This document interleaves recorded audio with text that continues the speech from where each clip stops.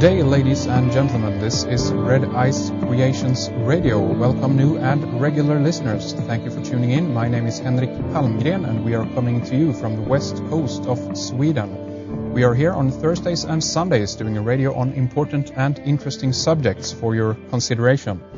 We highlight everything from conspiracy, secret societies, history, religion to new emerging technologies related to mass control, geopolitics, the occult, space news, environmental issues, and much more. Our website is redicecreations.com. That's REDICE creations.com. Take a look around, follow along in our daily updated news, and don't forget to take advantage of our member section, where we have loads of material waiting for you to explore further. Today we are joined by authors Lynn Picknett and Clive Prince. They have co-authored a number of books together.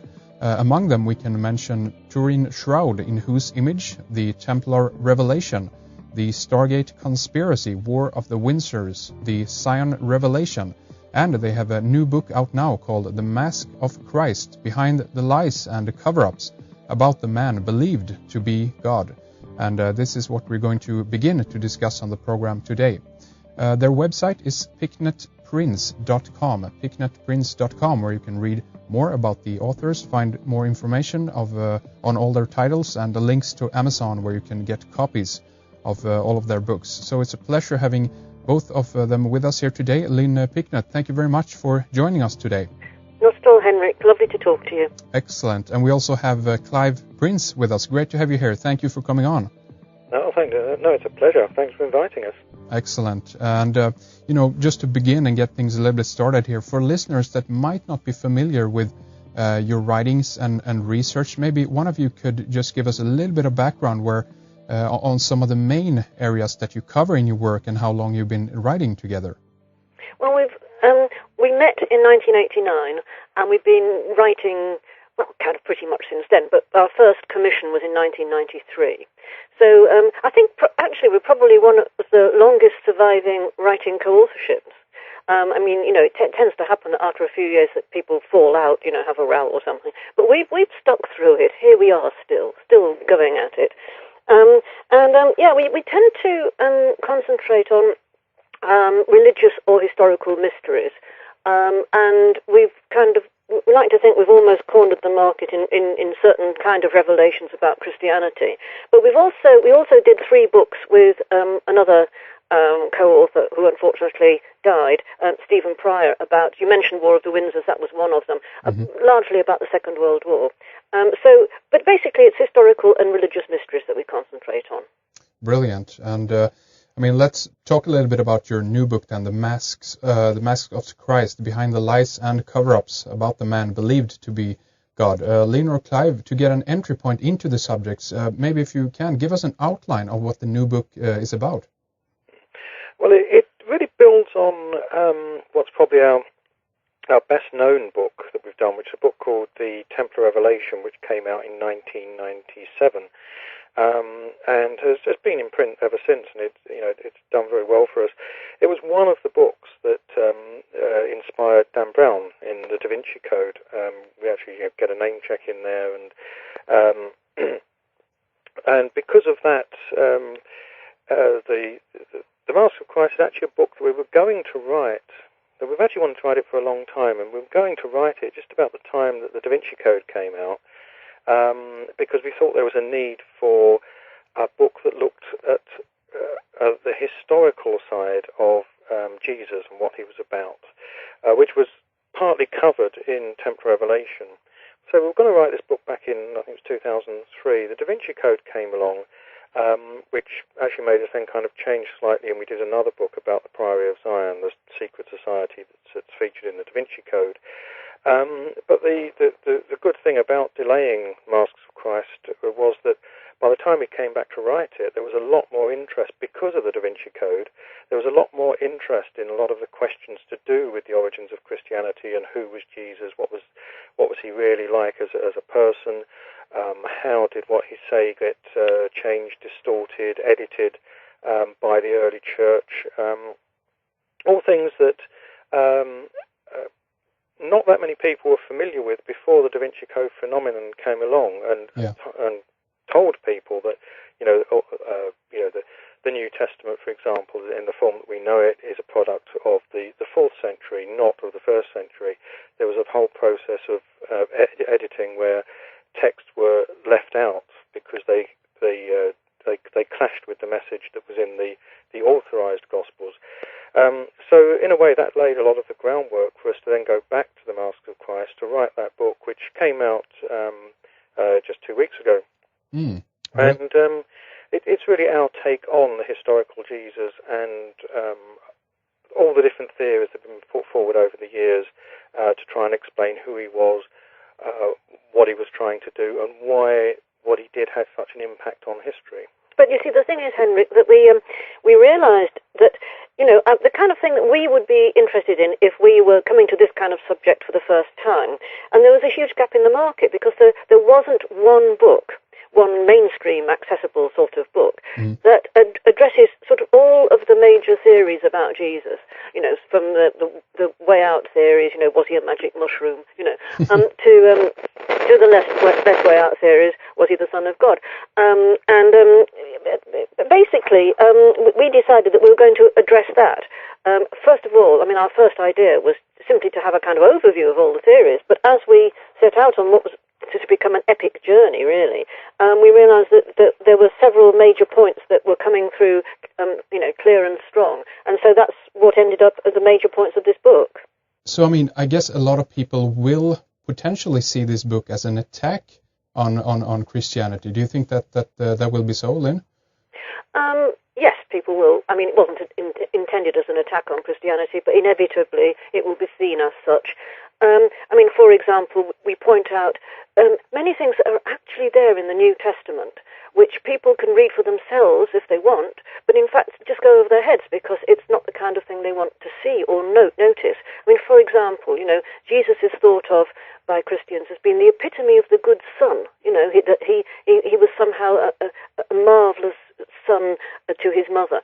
Well, there's no evidence for that whatsoever. If anything, the evidence goes the other direction. The New Testament tells a couple of stories of how she and his brothers would turn up when he was, giving talks to the people and healing and so on, and he would basically run away from her. And on one occasion, she said that she wanted to get him and take him away and have him put away because she thought he was insane. That is not the general Christian attitude towards, the Mary and the Jesus relationship. And yet we didn't make that up. That is in the New Testament. I think one of the things that we learned, and one of the reasons why I wanted to do the book, because, if it's seen as an attack on Christianity, it would be at the level of an attack on Christian dogma, not necessarily what Jesus himself taught and did. And sort of one of the messages of the book is really how little Christian dogma is actually supported by the text that it's based on, i.e. the New Testament. There are whole lots of things in it that actually contradict what later evolved into the doctrines of the Church. So, but we're not really gone for the doctrine. We're just gone purely for the history and saying, the history, the information that we have on purely historical grounds tells us these things about Jesus. Now, the fact that they then don't match up to, the basic teachings and doctrines of the Church is, that's just a side effect, a consequence of that. But, we're not setting out to disprove those dogmas. No, but we're not setting out to disprove them, but nevertheless, that is what a lot of people will home in on. It was a bit of an eye-opener to us. As we said, we didn't intend to do that. We didn't go for that. But, this stuff just emerged from research. And, as I say, it's actually quite a lot of it is there in the New Testament. It's just that people, they're kind of, they haven't got the eyes to see. Yeah. So, many people are looking into the fact that he might not have existed at all. But, you have done some assessment of the historical evidence about Jesus Christ. To this day, do you still find, it to be the case that he was a real man who actually lived and walked in the area that the Bible claims that he did?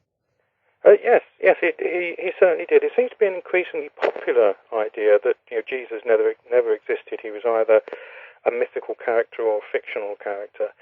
But the evidence is good enough that there was, indeed a real person of that name who did things in the area and at the time that he's supposed to have done them.